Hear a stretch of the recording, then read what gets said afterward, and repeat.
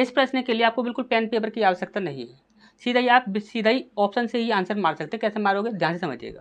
जैसे हम यहाँ पर बोले हैं कि यहाँ पर बोला गया है कि HDFC बैंक जो है उसने हुडको को 3 साल के लिए 10% प्रति वर्ष 10% प्रति वर्ष 3 साल के लिए, कितने के लिए, 3 साल के लिए साधारण ब्याज पर 1 मिलियन रुपए, 1 मिलियन का मतलब होता है यहाँ पर 10 लाख, कितना होता है, 10 लाख,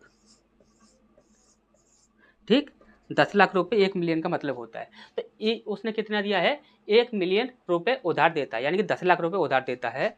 और हुडको जो है, हुडको जो बैंक है वह सहारा स्टेट हाउसिंग कॉरपोरेशन को 3 साल के लिए, यानी कि समान समय के लिए 3 साल के लिए वो दे रहा है, तो 3 साल के लिए ये दे रहा है, 3 साल के लिए 10%, 3 साल के लिए 10% प्रति वर्ष चक्रवृद्धि ब्याज पर समान राशि उधार देता है, ठीक। समान राशि जो है वो भी 10 लाख ही है, ठीक।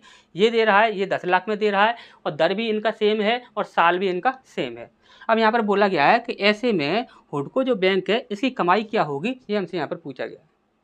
अब यहाँ पर एक बात ध्यान से समझिएगा, हमने बोला कि यदि हम साधारण ब्याज की बात करें तो साधारण ब्याज में 3 साल और यहाँ पर 10%, टोटल ब्याज दर कितना हो जाएगा, तो 10 या 30% हो जाएगा।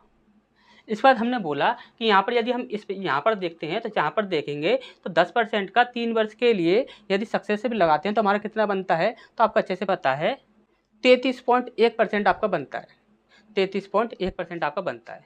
हमने बोला 30% में से 33.1% आप माइनस करोगे, 33.1% में से 30% यदि आप माइनस करते हो तो आपका कितना बचता है, तो आपका बच जाता है यहाँ पर 3.1%। और जो 3.1% है इसमें आप देखिए ये कितना है आपका 31 है।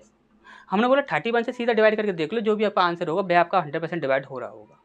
तो हमने बोला 31 से आपका ये ऑप्शन डिवाइड होगा नहीं, ये ऑप्शन डिवाइड होगा नहीं, ये ऑप्शन डिवाइड होगा नहीं, यही ऑप्शन आपका डिवाइड होगा, तो यही हमारा आंसर हो जाएगा। अब आप बोलोगे सर यहाँ पर हमने उस प्रकार से प्रश्न क्यों नहीं सॉल्व किया जिस प्रकार से पहले हम कर रहे थे, यहाँ पर हमने यहाँ पर सक्सेसिव वगैरह क्यों लगाया।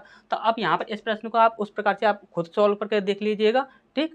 तो हम इसको आपके ऊपर छोड़ते हैं, ठीक। पहले हमने आपको सॉल्व करके बताया था, अब आप खुद से इस प्रकार से सॉल्व करके देखिएगा जो हमने आपको पहले तरीका बताया था, ठीक। यहाँ पर इकाई अंक वगैरह वाला जो भी हमने आपको तरीका बताया, फिर उसके बाद कितने गुना हो रहा है कितने गुना नहीं हो रहा है, हमने आपको पहले ही सारे तरीके बता रखे हैं। तो उस तरीके से आप खुद से देखिएगा और इस प्रश्न का आंसर निकालिएगा, ठीक। तो नेक्स्ट क्वेश्चन की ओर बढ़ते हैं।